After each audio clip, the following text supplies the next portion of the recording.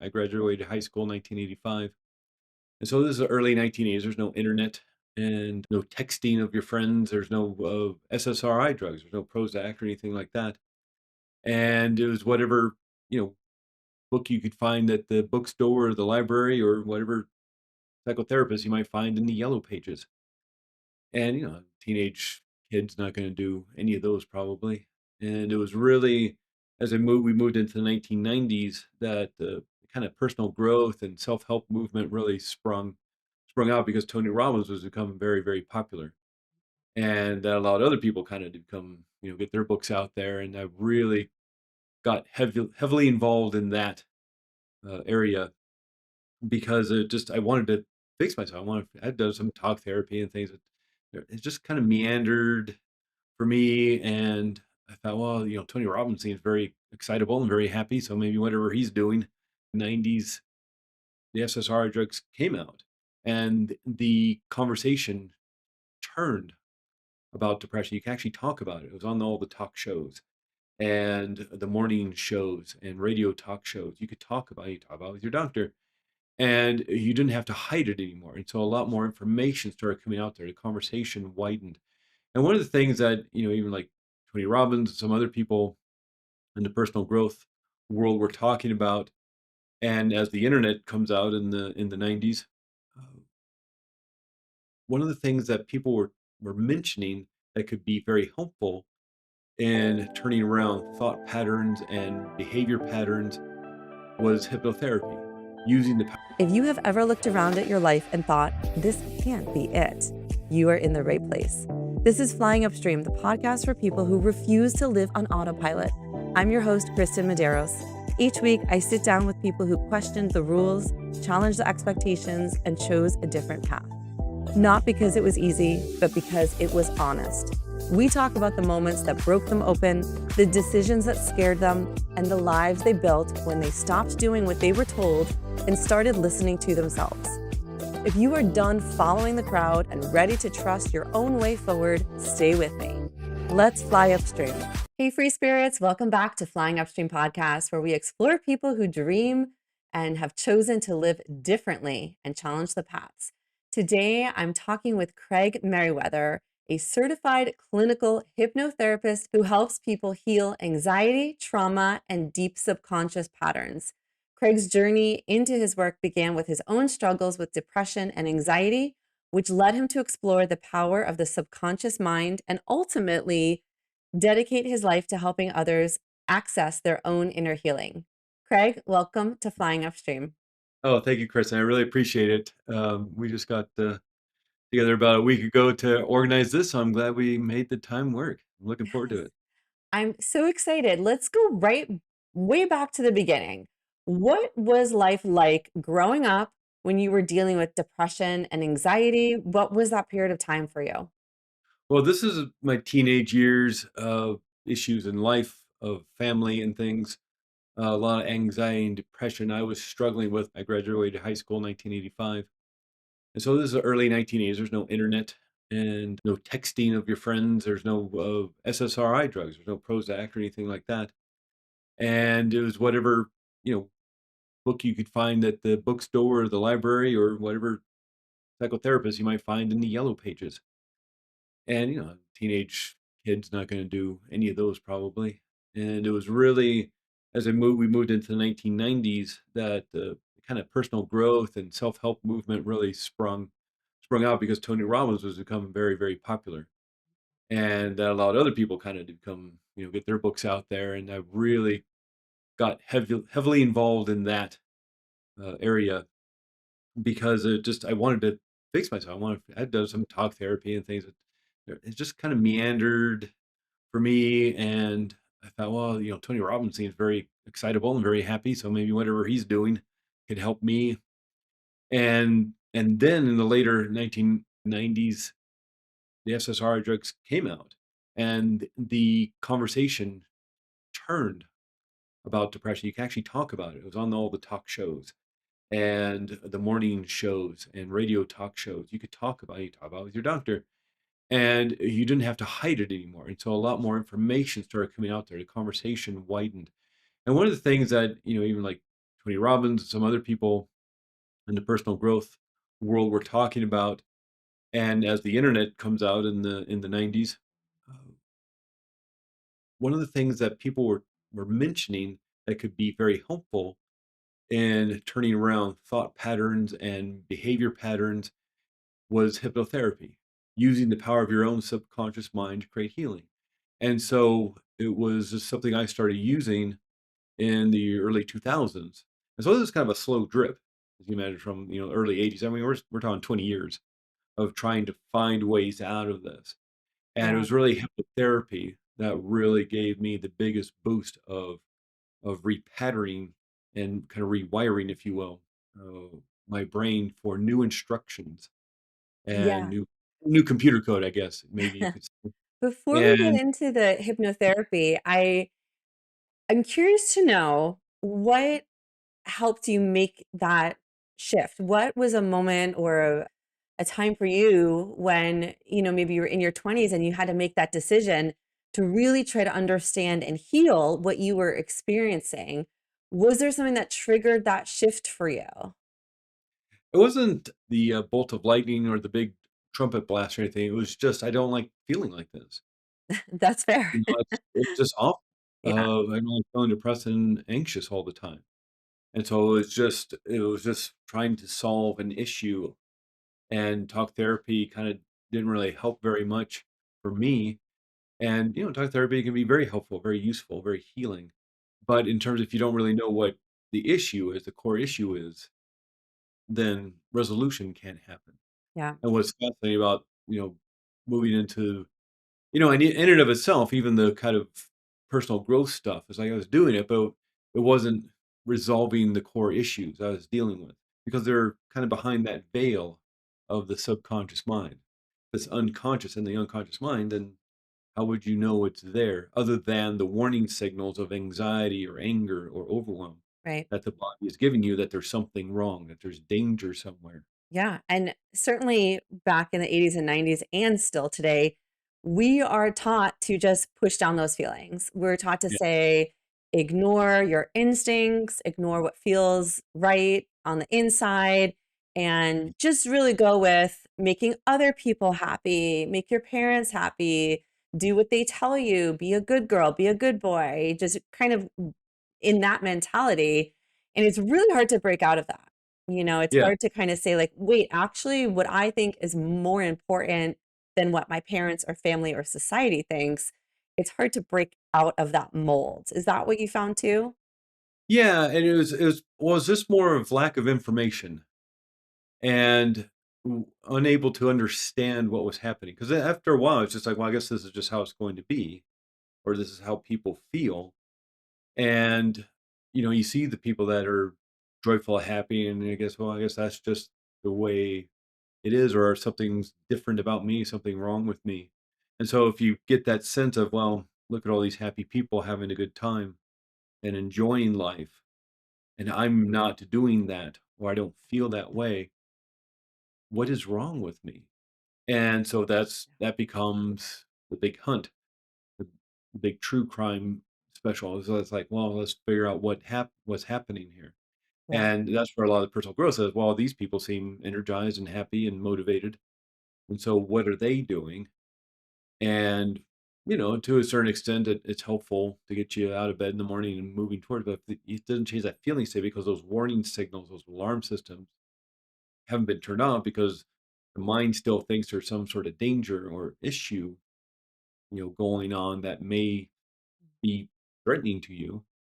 Then the alarm says, sort of like the fire alarm going off in a building, smoke alarm going off in your kitchen. It's like, okay, I burned the toast. So what? It's just like you don't need to go on and on and on and on for weeks just because I burned the toast, for all of 30 seconds.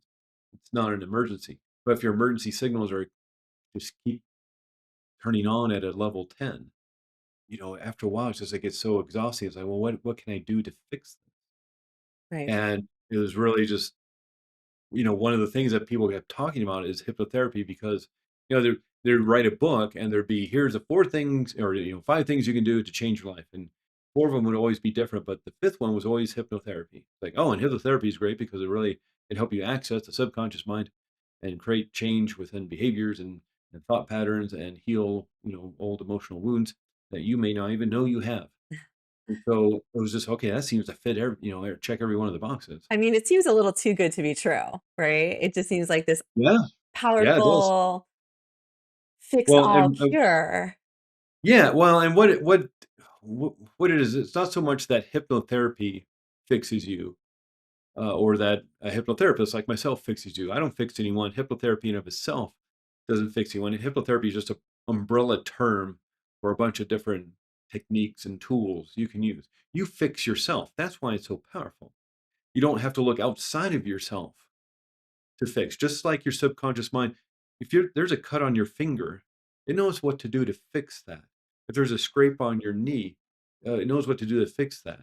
If someone has a cut on their finger, it doesn't send all that emergency aid to the wrong finger. If you have a cut on the index finger of your left hand, it doesn't send it all to the pinky finger of your right hand. Well, I really love that you're bringing this up because there are so many myths around hypnosis. Yeah. And some people imagine stage shows or mind control. What are Yeah. some of the biggest misconceptions that you encounter? Well, and that's I think you just mentioned the two biggest ones is that the whole mind control, brainwashing thing, which is really unfortunate, because I think it keeps people from wanting to even investigate the potential of these techniques. It all comes from movies and TV shows, and they're just using it to move plot point forward, having it Jason Bourne to assassinate the prime minister. It's like, well, Right. now we'll hypnotize and we'll just move on.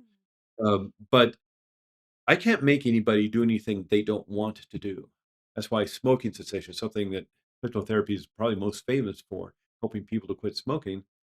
That's not 100% guarantee because if that person doesn't want to quit smoking, they won't quit smoking. I can't make people do anything they want. Otherwise I could go into prisons and hypnotize everybody to be law-abiding, upstanding citizens, and I'd shut down the prison system. I could hypnotize my way into the United Nations right now and hypnotize all the world leaders to create world peace, and I'd be that guy who ended war, uh, complete but I can't do that because people have certain agendas they want in life, and maybe, their wife or their husband say, "Okay, I'm tired of you smoking, the health issues, the money issues, the smell of it all. I want you to stop smoking. I've made an appointment for you with a hypnotherapist." They don't wanna quit smoking, they're not gonna quit smoking. And so it's that thing, if I can't just go up to somebody in the street, you see videos on this on YouTube. They just walk up to, apparently some random person asleep, and they just kinda keel over. It's like, that was rehearsed. That was a setup. That's a little skit they're doing to try to get views Mm, and go viral. You can't make I don't dare anybody to do it because I don't want you to do it, but, think of what would happen if you just walked up to a stranger and just like, "Sleep!" You're gonna get punched in the face, and that person would turn around and run away. right, right. That's not a thing. And even the shows, like the hypnotist shows in Las Vegas or comedy clubs, whatever, everybody that gets up on that stage volunteered to get up there. And even when the hypnotist comes out, who are they picking? Are they picking the introvert in the back of the room, hiding in the shadows, sinking down in their chair, just almost like, "Oh, I hope they don't see me," or are they picking the extrovert who's jumping up and down, waving their arms, saying, Right. "Pick me, pick me." They got there early to sit in the front row so they could be one of the people on stage. One of those two people is going to give a better show because they want to be up on stage. Right. And even if you watch those shows at the very beginning, he'll do the hypnotist, and he or she will do some sort of kind of test or introductory trance state thing. And what they're looking for is making sure people can actually do it. Because now you're up in front of people. People get stage fright. And they don't have the time to like help somebody relax and they gotta go, go, go. There's a show. People paid good money to be at the show. And if somebody is nervous and anxious, they're looking for like little clues like the facial muscles kind of slacking and the eyeballs maybe darting around and maybe picking up their arm and dropping it and seeing if they're in a trance state. If they can't do that, they're going to be excused from the stage. And you see this in some of the videos of people and of their shows. And then what they have left is people who are so excited to be up there that they're willing to move themselves into this trancy, altered state of consciousness, dance like Michael Jackson and sing like Elvis Presley and have a fun show because they want to be part of the show. They want to be star of the show. I really appreciate you talking about that you can't make people do this because you've mentioned already a couple times the subconscious mind and that's what really drives our behavior. Right. What role does the subconscious actually play when we're talking about anxiety, fear, or even self-sabotage? Yeah, it plays everything because the subconscious mind's main job is to keep you protected and safe. And so, yes, the subconscious mind is running your digestive system and your immune system and being your heart. And if you get a cut on your finger, it's fixing that and all that kind of stuff, growing your hair, taking a 1 day old baby to that of an adult. All these things we don't have to think about. It's also holding on to those habits that we have, like tying our shoes and walking down the street and zipping up a jacket and all that kind of stuff. We don't have to think about that stuff, riding a bicycle. We don't have to think about that. That's all stored within the subconscious mind, but its main job is to keep you safe and protected. And it does this by holding on to old hurt and pain, like files in a filing cabinet. And not to make your life miserable. It's not its job. Your body's not against you. Your mind is not against you. There may be some hiccups. There may be some stress and some strain, but your subconscious mind is not against you. It just thinks it's protecting you, but it may be using out of date instructions and safety protocols, maybe set up by a child. That And makes until you change those instructions, nothing else changes. And as you move through your day, all the information you bring in through your five senses, what you see, hear, taste, touch, and smell, it gets filtered through that filing cabinet. And if any one of those files kind of registers or triggers the alarm system as being dangerous, or this sort of kind of looks like that old event that happened back in the sixth grade, or when you were 5 years old, or when you were a teenager, the alarm systems are going to go off. Now, instead mm, of somebody pulling the alarm, fire alarm in a building, and the sirens go off, the lights go off, we have a warning system, but instead of sirens and lights, we have feeling state. The feeling state of fear, the feeling state of anxiety, the feeling state of anger and overwhelm and worry. These are warnings to, from our body to get our attention that there's something dangerous in our world. Now, kind of one of the issues of being human, maybe not necessarily a problem, but an issue of being human is the mind can't tell the difference between what's real and what's imagined. And here's where it kind of gets a little, we can get a little tripped up is that, like, for example, a nightmare in the middle of the night, doesn't matter how realistic or how ridiculous a nightmare may be, it could be a veteran having a PTSD dream about the war, even though the war for them was 30 years ago, but they're having this dream about being back in combat on the front lines. Or maybe something super ridiculous, like a cheeseburger chasing you down the street, throwing coconuts at your head. No, neither one of those scenarios is happening. They're safe and sound in bed. But the mind thinks they're under attack and in danger and will turn on the stress response, even in deep sleep. If someone, listening has even had that experience, maybe recently or a long time ago, or they have kids who've had that experience, and they're tossing and turning in bed and their body sweating is trying to cool it down because their heart is racing, trying to get that adrenaline and cortisol. Their brain is creating into the big muscles of their arms to fight, the big muscles of their legs to escape. So much cortisol in the brain that they wake up with a scream looking around for the danger, all because of cheeseburgers chasing down the street. So you can imagine what's happening in your waking world. right. And the issue is that you're in charge of the filing cabinet and you are allowed to amend or edit or get rid of those files that may be causing that alarm system to sound off on high alert. And kind of the other issue of being human is what you practice, you get better at. And so if somebody's been in chronic stress and anxiety and fear for a long time, it's just like, well, it's not a head scratcher on why it's easy and fast to get into that state because you keep practicing it over and over again, like somebody, practicing the piano or the guitar or dance or martial arts or something. The more you practice, the better you get at it. But what's fascinating about this is like, well, now that you understand this, it's time to practice something else. And that's where hypnotherapy can be a great tool because these techniques of helping you with those files. Now, you don't have to go searching for files. You don't necessarily want to go search for trauma in your life. You want to start with the feeling state. That feeling state is being created by brain chemistry, and the brain chemistry is being changed, at least in this way, through a thought, maybe conscious, but maybe unconscious. But you know what the thought is because you're creating it. And so sometimes you just follow that feeling state back, follow the thread, the cord back through to the thought, even if it's an unconscious thought that created it. And that's the power of this work, is that we're focused on that subconscious part of mind. It's this very highly emotionalized part of mind that's trying to protect you and keep you safe. So that's the subconscious mind. The conscious mind, that's the logical mind, the analytical mind, the mind that's, sets up your goals and the plans to achieve those goals and the willpower for those goals and all that. But what neuroscience tells us is that conscious mind only makes up 5% of mind. Subconscious mind makes up 95% of mind. So whenever there's conflict between the logical mind and the emotional mind wins every time. That's why a lot of this stuff doesn't have to make any sense. Yeah. Craig, I Mm, want to shift gears just for a minute here because I know mm, you also practice past life regression, which is a mm, topic that really mm, sparks curiosity. yeah. So I'm interested to know kind of what first led you to explore that. And then how do you approach conversations about consciousness being non local or about spiritual Yeah. experiences with clients who may be skeptical? Yeah. Generally, when the conversation comes up, they already have an interest in the more spiritual side of life.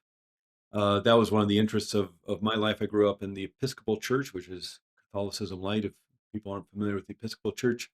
But I also went to a Baptist high school, so religion was a big part of my growing up years from pretty much when a baby all the way up to graduating high school. And so the kind of two main focuses of my life were the more spiritual side of life and depression and anxiety. And one group of techniques and tools that help with both sides of the issues of life that I'm interested in was hypnotherapy.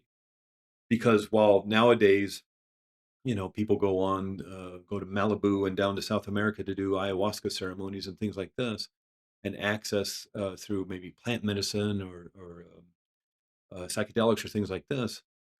Uh, Back in the day, that was really, that wasn't something you could really do, or it was hard to get in touch with.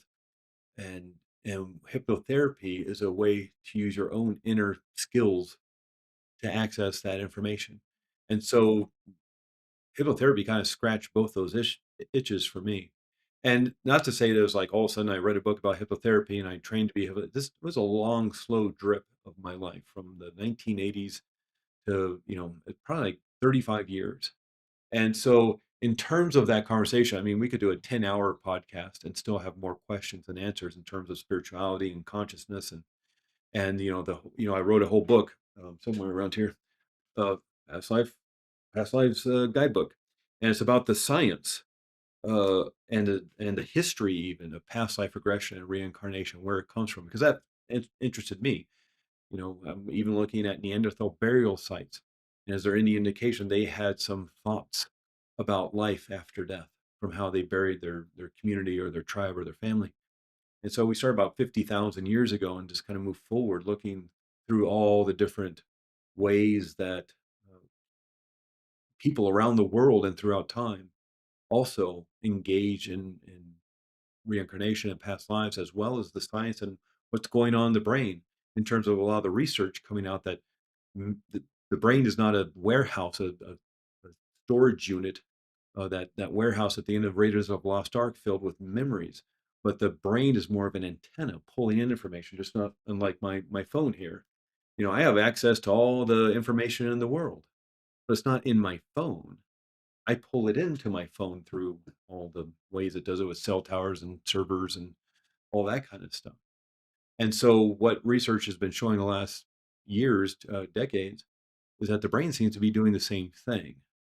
That memory is not necessarily and consciousness is not held within the brain like in a shoebox, but that the brain is an antenna, like on the top of your house. We used to have for our TVs, or the rabbit ears on a TV, or the antenna on your car for your radio, and it's pulling in this information, and your brain's acting like a radio or a TV and giving you that information. What if you're holding on to it from some other part of a life you've lived? Like, this world is a classroom, and we keep returning again and again. It's like moving from the first grade to getting your master's degree at a university, and Right. each so and you just keep learning and growing and again, there's a lot of information. It's not like I'm just kind of making this up or channeling this information or anything like this. This is coming from research and lots of work people have been doing over the last 60, 70 years. And Yeah. so it's It's fascinating stuff. it Again, we could probably talk for weeks and still have more questions than answers. Yeah. absolutely. And it is fascinating. Thank you for sharing that, especially because there is a connection between hypnotherapy and past lives, and it's all connected in one. So I do appreciate you sharing that so that we can kind of see the bigger picture, that these are not necessarily individual ways of healing or paths forward, but there is a larger connection. Yeah. And before we wrap up today, Craig, I do have a last question for you. If someone listening today is struggling with anxiety or feeling stuck in their patterns that they cannot seem to break, what's one message you would want them to hear? The big message is there's nothing wrong with you. Your subconscious mind is there trying to protect you from something. You may not be consciously aware of it anymore. Maybe you know exactly what it is, but you have the ability to heal. And this isn't, this may sound a little harsh, and it's not meant to, just because of timing. Uh, I want to get this out, but this isn't meant to sound harsh. This isn't to blame you or say it's your fault, but you're the one who put all those files in the filing cabinet. Yes, maybe as a child through a traumatic series of events over years, even, and probably unconsciously, certainly you put those files in there. But it actually ends up becoming very empowering because if you're the one who put those files in there to create the computer code on how to keep you safe and protected and keep those alarms going off, warning you that there's danger in your life, if you're the one who did that, then you're the one who can undo it. And that's the power That's a of great this work. point. You have to look inside of yourself. Yes, if I get in a car accident, take me to the doctor. Don't take me to a hypnotherapist. You know, but Yeah. if there is issues in life that are triggering these warning signals, this fire alarm of anxiety or fear or anger or resentment or overwhelm or worry, your brain is doing that through chemistry and causing that feeling state in your body through the hormones of adrenaline and cortisol and neuropeptides and molecules of fear and anxiety. Again, that can only happen in that way through a thought, conscious or unconscious. You may know exactly what the anxiety is about. You may have no idea, but your subconscious mind does because it's creating that situation, scenario that the brain has to warn you through the feeling state in your body. So you know why you're doing it. And you're allowed to change it. You're allowed to change the programming. You're allowed to turn down the volume on the anxiety or the anger or even resolve it completely, whatever needs to happen. And that's why this is such powerful work because again, I'm not here to fix anybody. And hypnotherapy in and of itself doesn't fix anybody, just like a hammer or a screwdriver or a wrench doesn't build a deck or a gazebo or an addition on your house. You're going to do it using these tools, but you're going to fix it yourself. Because who better to know what the problem is than you? And actually, who better to know what to do about it than you? Beautiful. Beautiful. Craig, thank you so Yeah. much for joining me today and sharing your story. I really appreciate the conversation because you did a great job highlighting how powerful the subconscious mind can be and how much of our behavior and emotional life can actually be shaped by patterns that we may not even realize are there. And hearing about your own journey from struggling with anxiety to now helping others access their own healing is incredibly powerful. I really appreciate you taking the time to talk with me today. And thank you again, Craig, for being here. If today's conversation sparked something in you, take a moment to sit with it. You can find more episodes and resources at flyingupstreampodcast.com. And if this show speaks to you, the best way to support it is to subscribe, leave a review, and share it with someone who is ready to question the path they are on. Until next time, keep questioning, keep exploring, and always keep flying upstream.